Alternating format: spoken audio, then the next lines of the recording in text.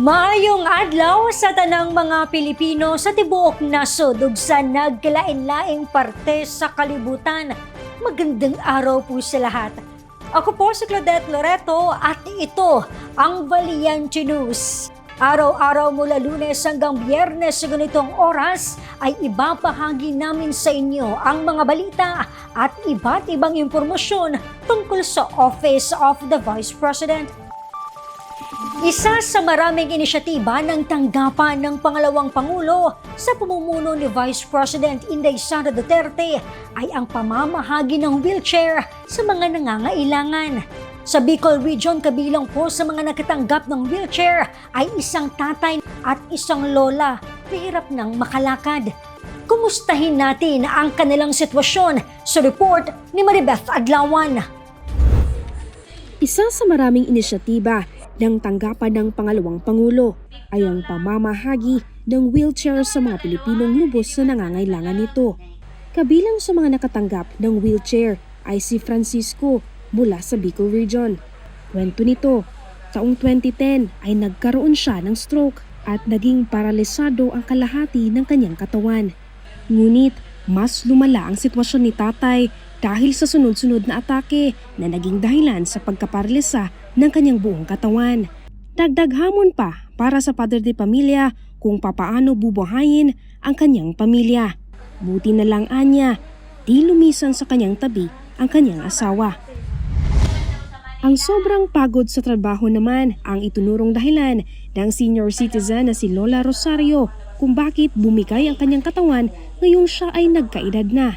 Anya, dati siyang nagtatrabaho sa palengke. Dala na rin ng katandaan. Di na makatayo at nakakalakad ng mag-isa si Lola Rosario.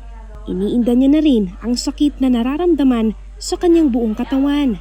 Hindi man ako magagawa dahil hindi masakit ang katawan ko. Ako, kumusta nga ngayon, may sakit nga ako, di man ako lagi lang akong hindi sa loob.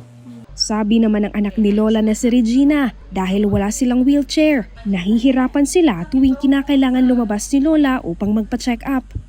Lumalabas kami ng nanay ko, wala kaming sasakyan. Nagta-tricycle lang kami. Kung minsan, hindi niya kaya maglakad ng, pumupunta kami ng simbahan pag medyo mabuti yung pakiramdam niya. Dahil walang sapat na budget sila Francisco at Lola Rosario, dumulog sila sa OVP Bicol Satellite Office upang humingi ng tulong. Di naman sila nabigo dahil agad silang nabahagian ng wheelchair. Kwento nila, agad silang inasikaso ng mga kawani ng OVP. Malaking pong tulong yun sa akin kasi noong una financially, ako noon, sagad talaga ako noon. Wheelchair at magagamit din niya.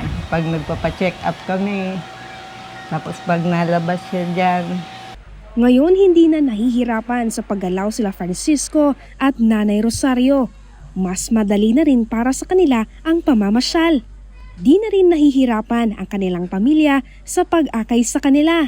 Narito naman ang kanilang mensahe para kay Inday Sara.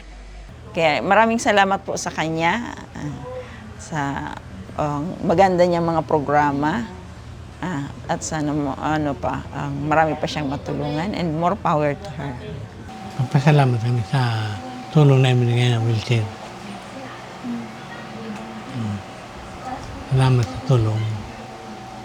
Medyo mabigat na walang magamit pag pa-check up. Kaya katulong na, malaking tulong na. Nagpapasalamat kami kay Vice President sa mga tulong na nahingi namin sa opisina kasi malaking tulong yun sa amin. Kung yung lang naman ng mga anak namin, asahan namin, kulang-kulang talaga. Saad ni Francisco at Nanay Rosario, patuloy silang lalaban sa kabila ng mga binabato na pagsubok sa kanilang mga buhay. Ako po si Maribeth Adlawan, lahat para sa Diyos, bayan at pamilyang Pilipino. Valiente News.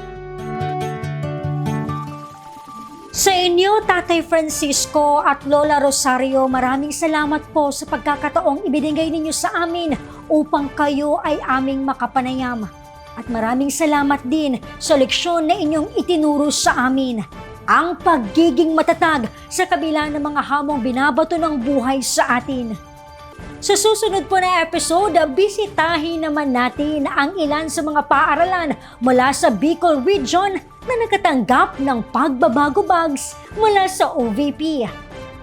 Para sa karagdagang detalye at impormasyon, maaaring bumisita sa aming website na valiantenews.com o mag-subscribe sa aming official YouTube channel na Valente News o di kaya i-follow ang aming official Facebook page at TikTok at X.